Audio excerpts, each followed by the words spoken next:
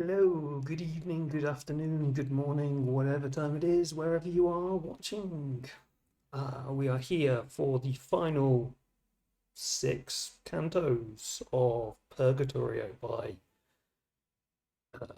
Dante Alighieri. Forgot who it was then. Ah. We're just going to delve straight in today. I don't know how long this is going to be. Probably about an hour. They always seem to be about an hour. I'm looking very tired today for various reasons. So anyway, yeah, we'll finish this off. We'll get this done, and then next week we'll jump into something different. Don't know what yet. Think I'm going to do something from the Nag Hammadi library. That should be fun. Bit of Gnosticism, maybe Thunder Perfect Mind. Just do a one-off. Then the Apocryphon of John. I don't know. We'll see. So you can find a what do you call them? That thing where you can read things for free. Public domain. There we go. So you can find a public domain version of the Apocryphon of John. So anyway, let us begin. So the final six cantos. Links and everything are all in the show notes. Where I got this from is on Project Gutenberg, greatest place for public domain awesomeness. Go check it out. Canto 28. Through that celestial forest, whose thick shade with lively greenness, the new spring day attempted, eager now to roam and search its limits round. Forthwith I left the bank along the champaign leisurely my way, pursuing over the ground that on all sides delicious odour beneath breathed. A pleasant air that intermitted, never veered, smote on my temples gently as a wind of softest influence, on which the sprays, obedient all, leaned trembling to that part where first the holy mountain casts his shade. Yet were not so disordered, but that still upon their top the feathered choristers applied their wonted art, and with full joy welcomed those hours of prime and warbled shrill, amid the leaves that to their jocund lays inept tenor, even as from branch to branch along the piney forests on the shore of Chiasse rolls the gathering melody, when Aeolus hath from his cavern loosed the dripping south. Already had my steps, though slow, so far into that ancient wood transported me, I could not ken the place where I had entered, when behold, my path was bounded by a rill, which to the left with little rippling waters bent the grass that issue from its brink. On earth no wave how clean soever that would not seem to have some mixture in itself compared with this. Conspicuous clear, yet darkly on it rolled, darkly beneath perpetual gloom, which never admits or sun or moon light there to shine. My feet advanced not, but my wandering eyes passed onward over the streamlet to survey the tender May bloom, flushed through May a hue, in prodigal variety, and there, as object rising suddenly to view, that from our bosom every thought beside, with the rare marvel chassis, I beheld a lady all alone, who, singing went and culling flower from flower, wherewith her way was all overpainted. Lady beautiful, thou, who, if looks that use to speak the heart and worthy of our trust, with love's own beam dost warm thee, thus to her my speech I framed. Ah, please thee hither towards the streamlet bend thy steps so near, that I may list thy song, beholding thee and this fair place. Methinks I call to mind where wandering and how looked Proserpine in that season, when her child the mother lost, and so the bloomy spring. As when a lady turning in the dance doth foot it featly, and advances scarce one step before the other to the ground over the yellow and vermilion flowers. Thus turned she at my suit most maiden-like, veiling her sober eyes, and came so near that I distinctly caught the dulcet sound, arriving where the limpid waters now loved the green sward. Her eyes she deigned to raise, that shot such splendour on me, as I ween never glanced from Cynthia's, where her son had sped his keenest weapon to her heart. Upon the opposite bank she stood and smiled, through her graceful fingers shifted still the intermingling dyes, which, without seed, that lofty land unbosomed. By the stream 3 paces only were we sundered, yet the Hellespont, where Xerxes passed it over, a curb forever to the pride of man, was by Leander not more hateful held for floating with inhospitable wave twixt Cetus and Abydos, than by me that flood, because it gave no passage thence. Strangers ye come, and haply in this place that cradled human nature in its birth, wondering ye not without suspicion view my smiles, but that sweet strain of psalmody.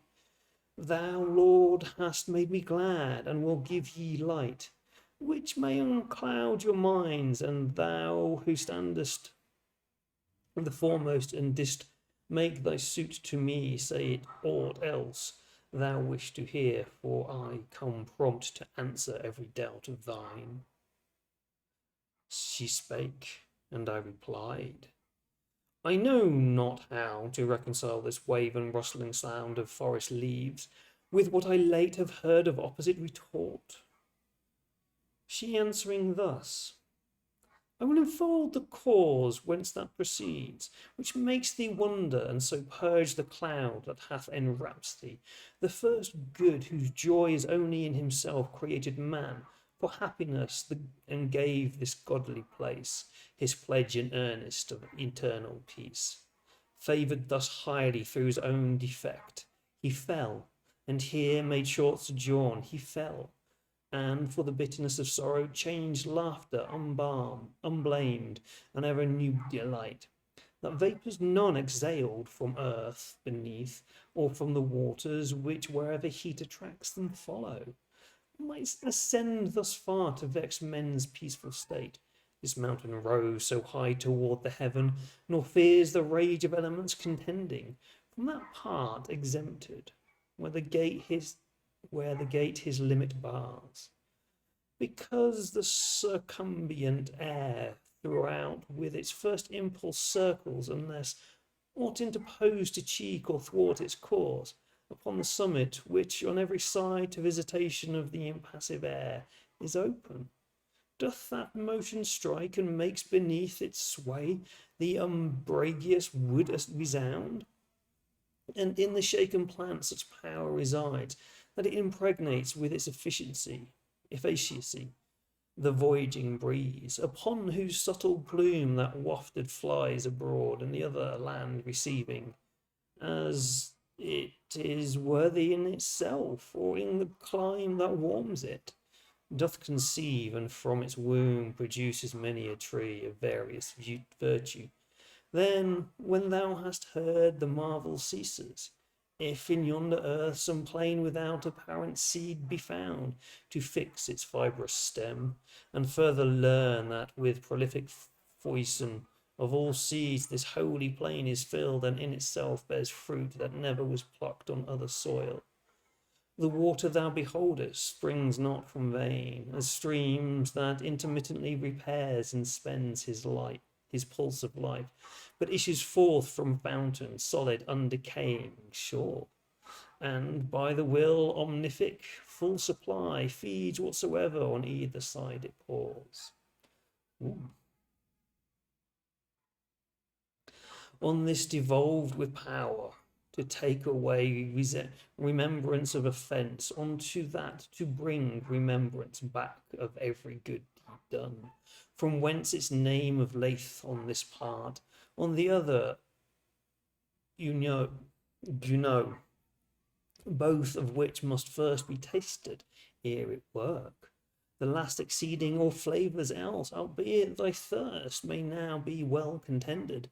If I here break off, no more revealing, yet a corollary I freely give beside, nor deem my words less grateful to thee, if they somewhat pass the stretch of promise, they whose verse of yore the golden age recorded and its bliss on the Parisian mountain, Parnassian mountain of this place, perhaps had dreamed. Here was man guiltless, here perpetual spring and every fruit, and this the far farmed nectar.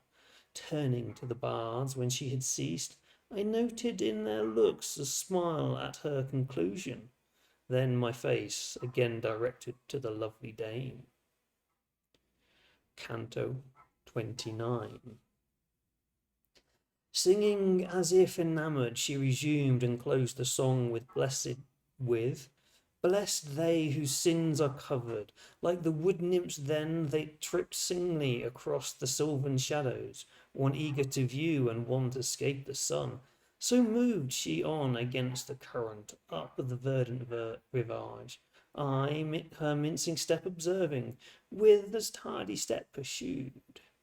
Between us not 100 paces trod, the bank on each side bending equally, gave me to face the Orient, nor our way far out onward brought us, when to me at once she turned and cried, My brother, look and hearken! And lo, a sudden lustre ran across through the great forest on all parts, so bright I doubted whether lightning were aboard. And but that, expiring ever in the spleen that doth unfold, and this during still and waxing still in splendour, made me question what it might be. And a sweet melody ran through the luminous air. Then did I chide with warrantable zeal the hardihood of our first parent, for that there were earth stood in obedience to the heavens, she only, woman, the creature of an hour, endured not restraint of any veil, which had she borne devoutly joys ineffable of these, had from the first and long time since been mine. While through the wilderness of primary sweets that never fade, suspense I walked, and yet expectant of beatitude more high. Before us, like a blazing fire, the air under the green boughs glowed, and for a song distinct the sound of melody was heard. O ye thrice holy virgins, for your sake I ever suffered hunger. Cold and watching occasion called on me to crave your bounty. Now through my breast let Helicon his stream pour copious, and Urania with her choir arise to aid me, while the verse unfolds things that do almost mock the grasp of thought. Onward a space, what seemed 7 trees of gold the intervening distance to mine eye. Falsely presented, but when I was come so near them that no lineament was lost of these, with which a doubtful object, seen remotely, plays on the misdeeming sense. Then did the faculty that ministers discourse to reason, these for tapers of gold distinguish, and did the singing trace the sound, Hosanna, above their beauteous garniture, flamed with more ample lustre than the moon through cloudless sky at midnight in her full. I turned me full of wonder to my guide, and he did answer with countenance charged with no less amazement, whence my view reverted to those lofty things which came so slowly moving towards us, that the bride would have outstripped them on her bridal day. The lady called aloud, Why thus? Yet burns affection in thee for these living things, lights, and dost not look on that which follows them? Straightway marked a tribe behind them walk, as if attendant on their leaders, clothed with raiment of such whiteness as on earth was never. On my left that watery gleam borrowed and gave me back when there I looked, as a mirror my left side portrayed. When I had chosen on the river's edge such station that the distance of the stream alone did separate me, there I stayed, my steps for clearer prospect, and beheld the flames go onward, leaving as they went the air behind them painted as with trail of liveliest pencil, so distinct were marked all those 7 listed colours, whence the sun maketh his bow, and Cynthia her zone. These streaming gonfalons did flow beyond my vision, and 10 paces, as I guess, parted the outermost. Beneath the sky so beautiful came 4,020 elders, at what, by two and by two, with flowered a loose crown. All sang one song. Blessed be thou among the daughters of Adam, and thy loveliness blessed for ever. After that, the flowers and the fresh herblets on the opposite brink were free from their elected race, as light in heaven doth second light come after them for animals, each crowned with verdurous leaf. With 6 wings each was plumed, the plumage full of eyes, and the eyes of Argus would be such, where they endured with life. Reader, more rhymes will not waste in shadowing forth their form, for other need no straightens, that in this I may not give my bounty room, but read Ezekiel, for he paints them from the north, how he beheld them come by Chiba's flood, in whirlwind, cloud, and fire, and even such as thou shalt find them charactered by him. Here were they, save as to the Pinoms there from him departing. John accords with me. The space surrounded by the 4 enclosed a car triumphal. On 2 wheels it came down on a griffin's neck, and he above stretched either wing uplifted. 'Tween the mist and the 3 listed shoes on either side, 3, and that the wings did cleave or injure none, and out of sight they rose. The members far as he was bird were golden, white the rest with vermeil intervened. So beautiful a car in Rome never graced Augustus's pomp or Africanus, even the sun itself were poor to this. That chariot of the sun, erroneous, which in blazing ruin fell at Tellus's prayer, devout by the just doom mysterious of all-seeing Jove. 3 nymphs at the right wheel came circling in smooth dance, the one so ruddy that her form had scarce been known within a furnace of clear flame. The next did look as if the flesh and bones were emerald, snow new fallen seemed the third. Now seemed the white to lead, the ruddy now, and from her song who led, the others took their treasure, swift or slow. At the other wheel a band quaternion, each in purple clad, advanced with festal step, as one of them the rest conducted. One upon whose front 3 eyes were seen, in rear of all this group 2 old men I beheld, dissimilar in raiment, but not in port and gesture like, solid and mainly grave, of whom the one did show himself some favoured counsel of the great cone, him whom nature made to serve the costliest creature of her tribe. His fellow marked an opposite intent, bearing a sword whose glitterance and keen edge, even as I viewed it with the flood between, appalled me.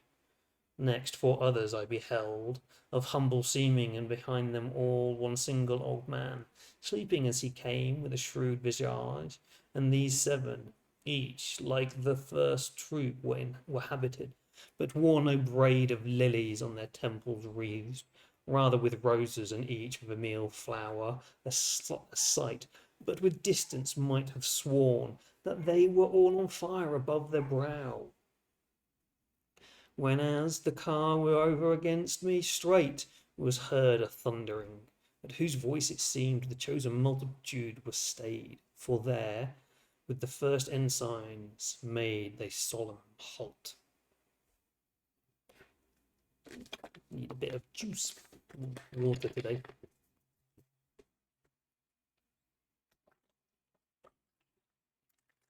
Ooh. Excuse me, sorry. Canto 30.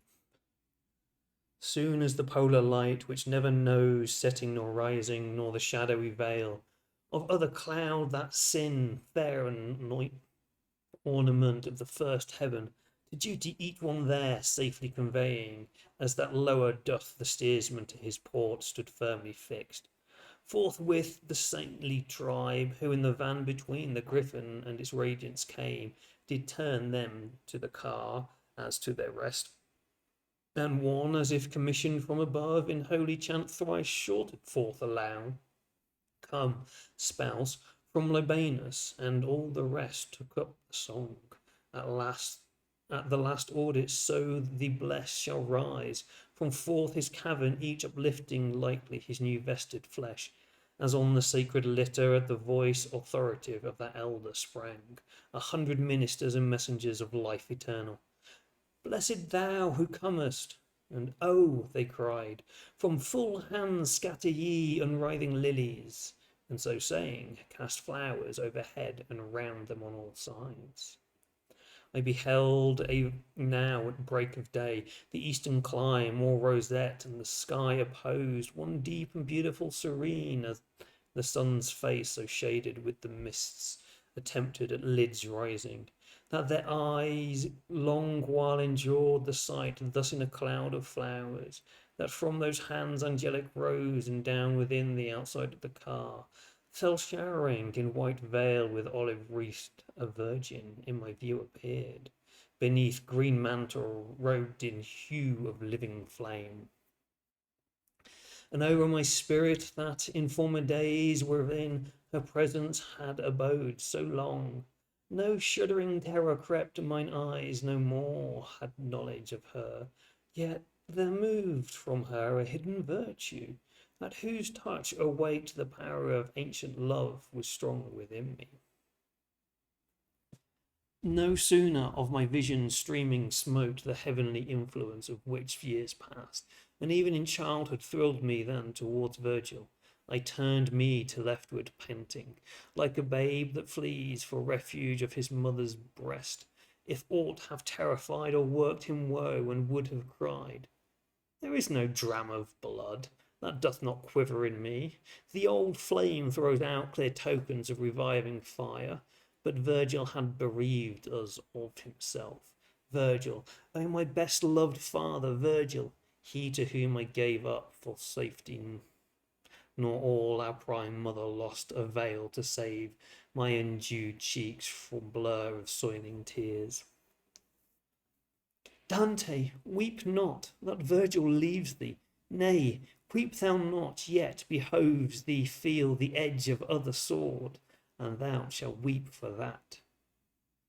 As to the prow or stern, some admiral paces the deck, inspiriting his crew, when mid the sail yards all hands ply aloof.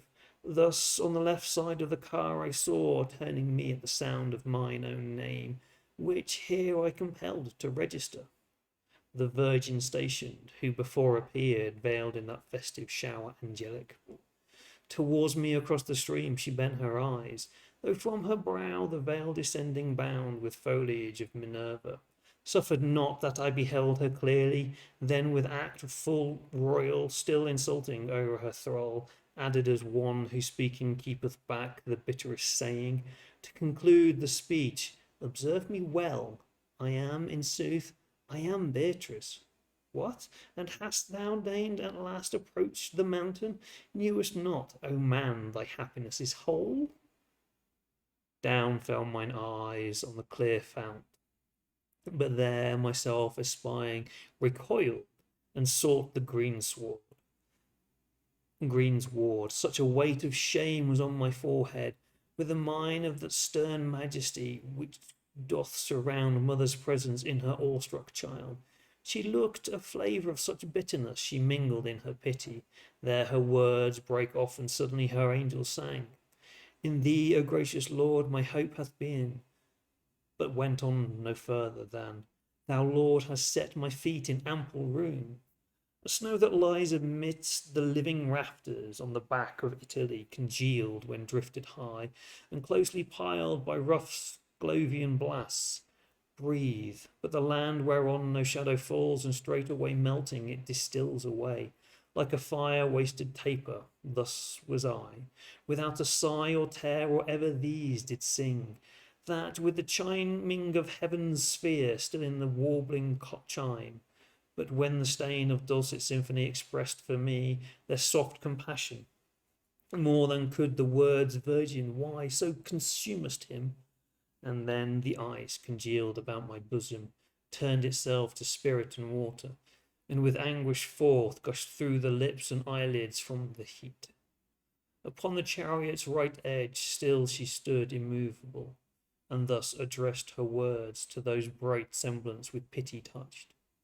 Ye in the eternal day your vigils keep, so that nor night nor slumber with closed stealth conveys from you a single step in all the goings on of life. Thence with more heed I shape mine answer, for his ear intended, who there stands weeping, that the sorrow now may equal the transgression, not alone through operation of the mighty orbs that mark each seed to some predestined aim, as with aspect or fortune or ill the constellations meet, but through benign largeness of heavenly graces, which rain down from such a height as mocks our vision. This man was in the freshness of being such, so gifted virtually that in him all better habits wondrously had thrived. The more of kindly strength is in the soil, so much doth evil seed and lack of culture mar it the more, and make it run to wilderness. These looks sometimes upheld him, for I showed my youthful eyes, and led him by the light in upright walking. Soon as I had reached the threshold of my second age, and changed my mortal for immortal, then he left me, and gave himself to others. When from flesh to spirit I had risen, and increase of beauty and of virtue circled me, I was less dear to him, and valued less. His steps were turned in deceitful ways, following false images of good, that make no promise perfect, nor availed me aught to sue for inspirations, with the which I doth in dreams of night and otherwise did call him back. Of them so little recked him, such depth he fell, that all device was short of his preserving, save that he should view the children of perdition. To this end I visited the Purlius of the dead, and one who hath conducted him thus high received my supplications urged with weeping. It were a breaking of God's high decree, if Lethe should be passed, and such food tasted without the cost of some repentant tear. Canto 31. O thou! Her words, she thus without delay resuming, turned their point on me, to whom they but with lateral edge seemed harsh before. Say thou, who standest beyond the holy stream, if this be true, a charge so grievous needs thine own avowal. On my faculties such strange amazement hung, the voice expired imperfect ere its organs gave it birth. A little space refraining, and then she spoke. What dost thou muse on? Answer me. The wave on thy remembrances of evil yet hath done no injury. A mingled sense of fear and of confusion, for my lips did such a yea produce as needed help of vision to interpret, as when breaks in act of discharged a crossbow bent beyond its pitch. But nerve and bow overstretched, the flagging weapon feebly hit its mark. Thus tears and sighs forth gushing, did I burst beneath the heavy load, and thus my voice was slackened on its way. She straight began, when my desire invented thee to love the good, which sets a bound to other aspirings, what bar of thwarting fosse or linked chain did meet thee, that thou so shouldest quit the hope of further progress? Or what bait of ease, of promise, of allurement led thee on elsewhere, that thou elsewhere shouldst rather wait? A bitter sigh I drew, then scarce found voice to answer. Hardly to these sounds my lips gave utterance, wailing, thy fair looks withdrawn, things present with deceitful pleasures, turn my steps aside. She answering spake, Hast thou been silent, or denied what thou avowest? Thou hast not hid thy sin the more, such eye observes it. But whenever the sinner's cheek breaks forth into the precocious streaming tears of self-accusing, in our court the wheel of justice doth run counter to the edge. However, that thou mayest profit by thy shame, for errors past, and that henceforth more strength may arm thee. When thou hearest the siren voice, lay thou aside the motive to this grief, and lend attentive ear while I unfold how opposite a way my buried flesh should have impelled thee. Never didst thou spy in art or nature aught so passing sweet, as were the limbs that in their beauteous frame enclosed me, and are scattered now in dust. If sweetest thing thus failed thee with my death, what afterward of mortal should thy wish have tempted, when thou first hast felt the dart of perishable things in my departing for better realms? Thy wing thou shouldst have pruned to follow me, and never stooped again to bide a second blow for a slight girl, on other gold as transient and as vain. The new and inexperienced bird awaits, twice it may be, or thrice, the fowler's aim. But in sight of one whose plumes are full, in vain the net is spread, the arrow winged. I stood, as children silent and ashamed stand listening, with their eyes upon the earth, acknowledging their fault, and self-condemned, and she resumed. If but to hear thus pains thee, raise thou thy beard, and lo, what sight shall do? With less reluctance yields a sturdy holm, rent from its fibres by a blast that blows from off the pole, or from Labus's land, than I at her behest my visage raised, and thus the face denoting by the beard, I marked the secret sting her words conveyed.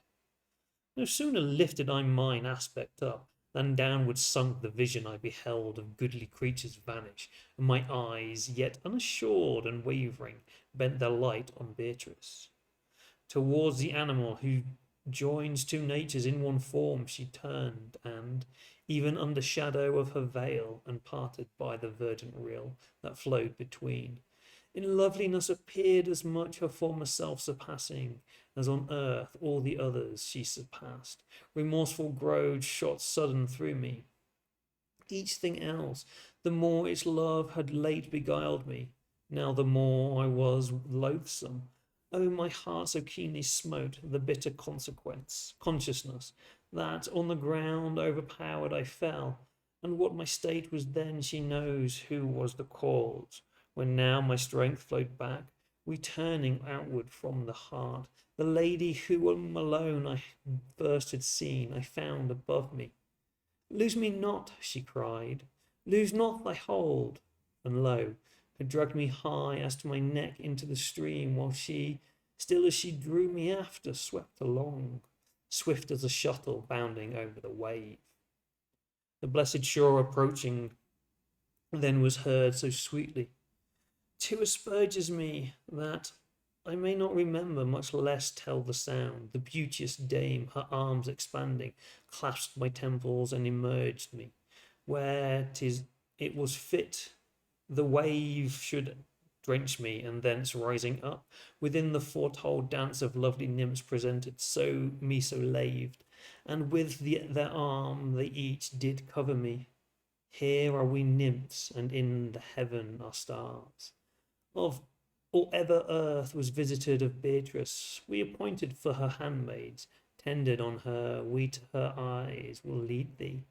But the light of gladness that is in them, well to scan those yonder three, of deeper ken than ours, thy sight shall quicken.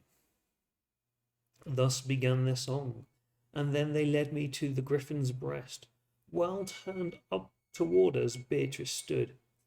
Spare not thy vision, we have stationed thee before the emeralds, whence love erewhile hath drawn his weapons on thee. As they spake, 1,000 fervent wishes riveted mine eyes upon her beaming eyes, that stood still fixed toward the griffin motionless.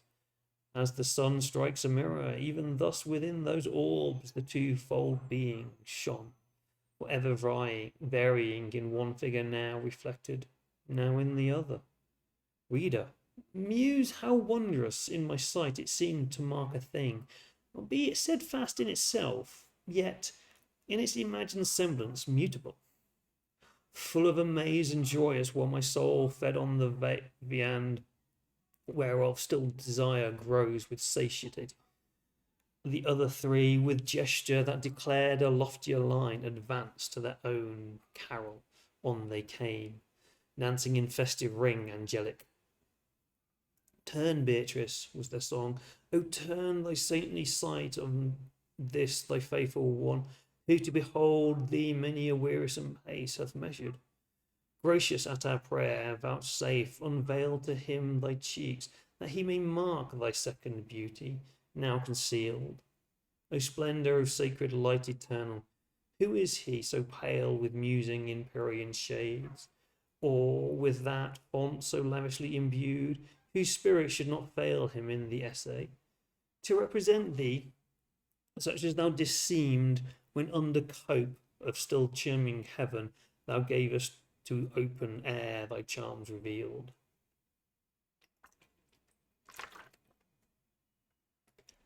Canto 32. Two more. Mine eyes with such an eager coveting were bent to rid them of their 10 years' thirst. No other sense was waking, and even they were fenced on either side from heed of aught, so tangled in its customed toils that shut smile of saintly brightness drew me to itself, when forcibly toward the left my sight the sacred virgins turned. For from their lips I heard the warning sounds, who fixed a gaze.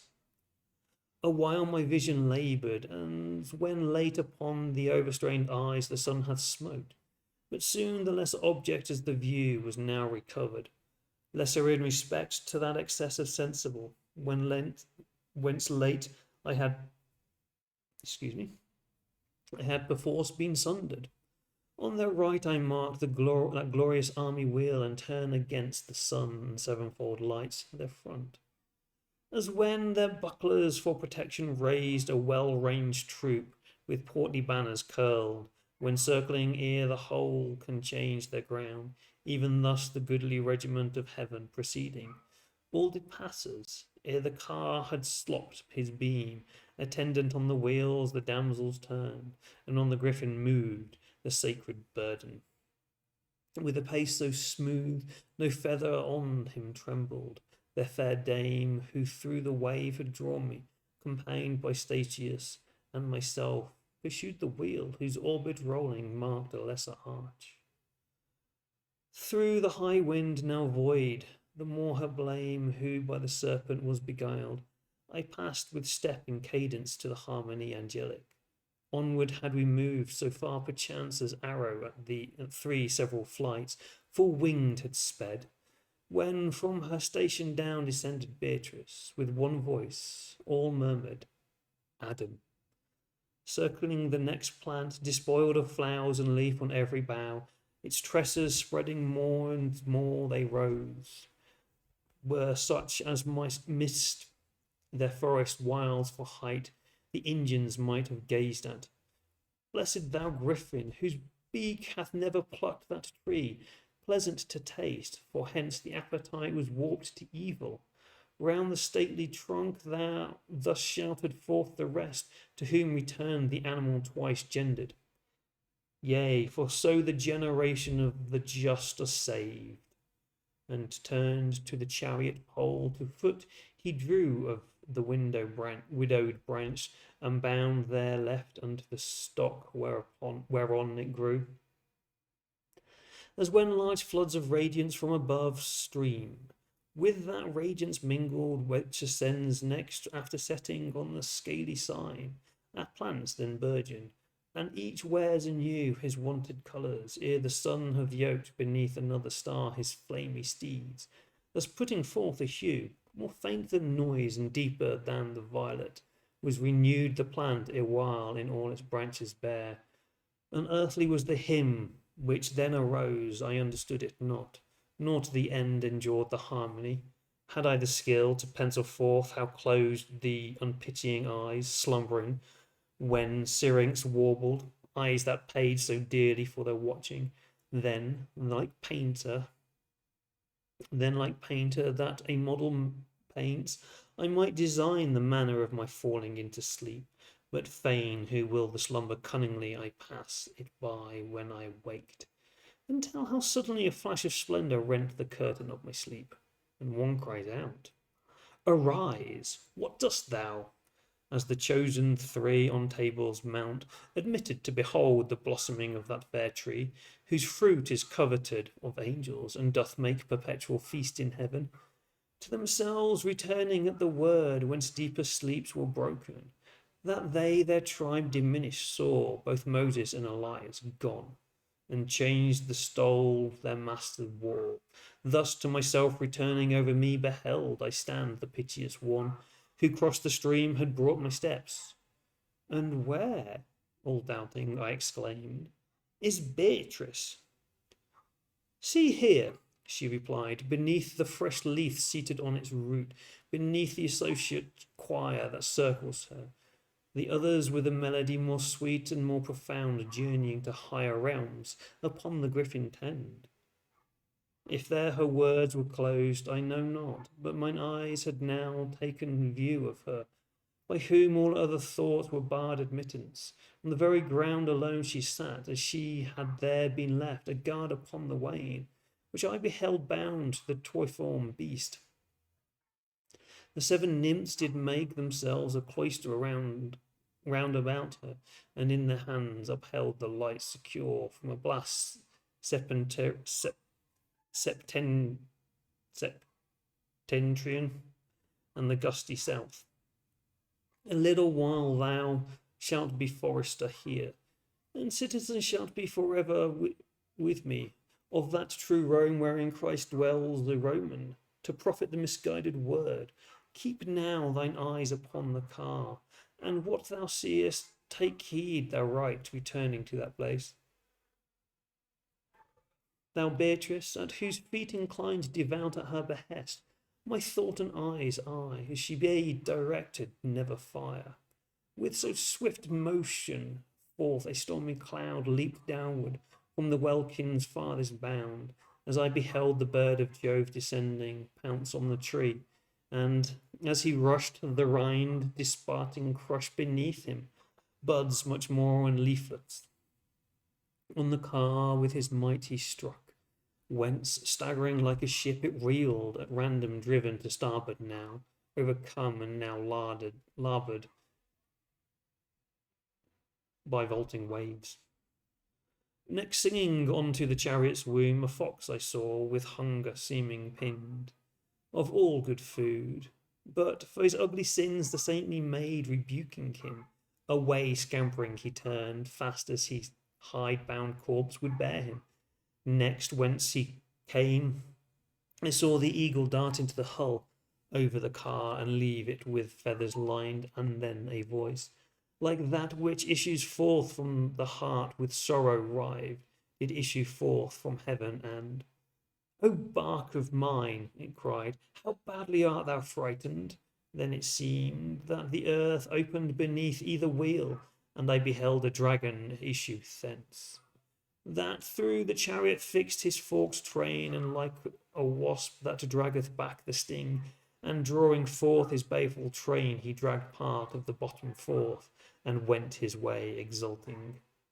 What remained as lively turf with green herb, so did clothe itself with blooms, which haply had with purpose chaste and kind been offered, and therewith were clothed the wheels, both one and other, and the beam, so quickly a sigh were not breathed sooner.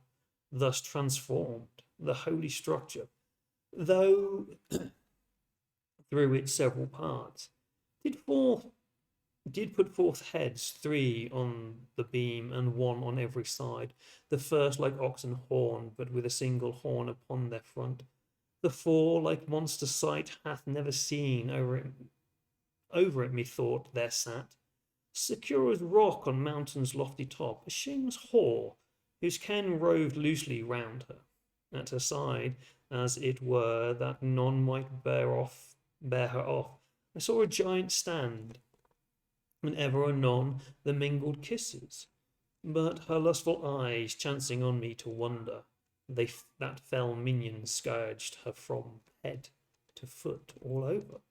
Then, full of jealousy and fierce with rage, unloosed the monster and dragged on.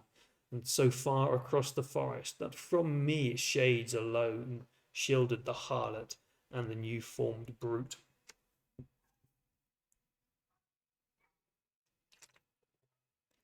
Canto 33, the last one. The heathen lord are come, responsive thus, the trinal now, and now the virgin band, quaternion, their sweet psalmistry began, weeping, and Beatrice listened, sad, and singing to their song, in such a mood that Mary, as she stood beside the cross, was scarce more changed. But when they gave her place to speak, then risen upright on her feet, she, with a colour glowing bright as fire, did answer, Yet a little while, and ye shall see me not, and my beloved sisters, again a little while, and ye shall see me. Before her then she marshalled all the seven, and beckoning only motioned me, the dame and that remaining sage, to follow her.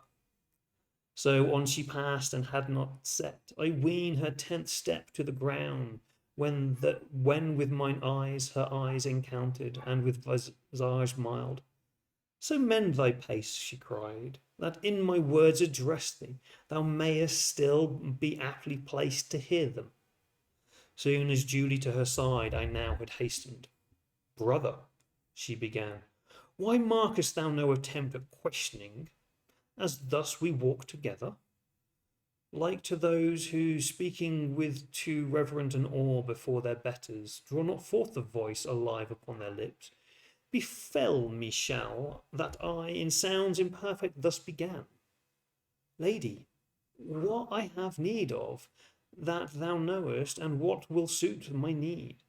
She answering thus, of fearfulness and shame, I will that thou henceforth do rid thee, that thou speak no more as one who dreams, thus far be taught of me. The vessel which thou sawest the serpent break was and is not. Let him who hath blame hope not to scare God's vengeance. With a sob, without an heir for ever shall not be that eagle, he who left the chariot plumed, with monster made it first and next a prey. Plainly I view, and therefore speak, the stars even now approaching, whose conjuration, free from all impediment and bar, brings on a season in which, one sent from God, 505 do mark him out. That foul one, and thy accomplice and her guilt, the giant both shall slay. And if perchance me saying, dark as Themis or a Sphinx, fails to persuade thee, since like them it foils the intellect with blindness, yet ere long events shall be the naiads, and that will solve this nitty riddle, and no damage light on flock or field. Take heed, and as these words by me are uttered, teach them even so to those who live that life, which is a race to death. And when thou writest them, keep in mind not to conceal how thou hast seen the plant, that twice hath now been spoiled. This whoso robs, this whoso plucks, with blasphemy of deed sins against God, who for his use alone creating hallowed it. For taste of this, in pain and in desire, 5,000 years and upward, the first soul did yearn for him, who punished in himself the fatal gust. Thy reason slumbers, if it deem this height and summit thus inverted of the plant, without due course, and were not vainer thoughts, as else as numbing waters, to thy soul, and thy fond pleasures had not dyed it dark, as Pyramus the mulberry, thou hast seen in such momentous circumstance alone, God's equal justice morally implied in the forbidden tree. But since I mark thee in understanding hardened into stone, and to that hardness spotted too and stained, so that thine eye is dazzled at my word, I will that, if not written, yet at the least painted thou take it in thee, for the cause that one brings home his staff enwreathed with palm. I thus, as wax by seal that changeth not it impress, now it stamped my brain by thee. But wherefore soars thy wished for speech so high beyond my sight, that loses it the more it strains to reach it? To the end that thou mayest know, she answered straight, the school that thou hast followed, and how far behind when following my discourse its learning halts, and mayst behold your art from the divine as distant, as the disagreement is twixt earth and heaven's most high and rapturous orb. I not remember, I replied, that ever I was estranged from thee. Not for such fault doth conscience chide me. Smiling, she returned, if thou canst not remember, call to mind how lately thou hast drunk of life's wave, and sure as smoke doth indicate a flame, in that forgetfulness itself conclude blame from thy alienated will incurred. From henceforth verily my words shall be as naked as will suit them to appear in thy unpractised view. More sparkling now, and with retarded course the sun possessed the circle of the midday, that very still as the aspect varies on each several clime, when, as one sent in vyward of a troop for escort pauses, if perchance he spy vestige of somewhat strange and rare, so pause the sevenfold band, arriving on the verge of a dun umbrage hoar, such as is seen beneath green leaves and gloomy branches, oft to overbrow a bleak and alpine cliff. And when they stood before them, as it seemed, Tigris and Euphrates both beheld, forth from one fountain issue, and like friends linger at parting. O enlightening beam, O glory of our kind, beseech thee, say, what water is this, which from one source derived itself removes of distance from itself? To such entreaty answer thus was made, entreat Matilda, that she teach thee this. And here, as one who clears himself of blame imputed, the fair dame returned. Of me he this and more hath learned, and I am safe that Lethe's water hath not hid it from him. And Beatrice, some more pressing care that oft the memory reaves, perchance hath made his mind eye dark. But lo, where Enyo cowls lead thither, and as thou art wont, revive his fainting virtue. As a courteous spirit that proffers no excuses, but as soon as he hath token of another's will, makes it his own.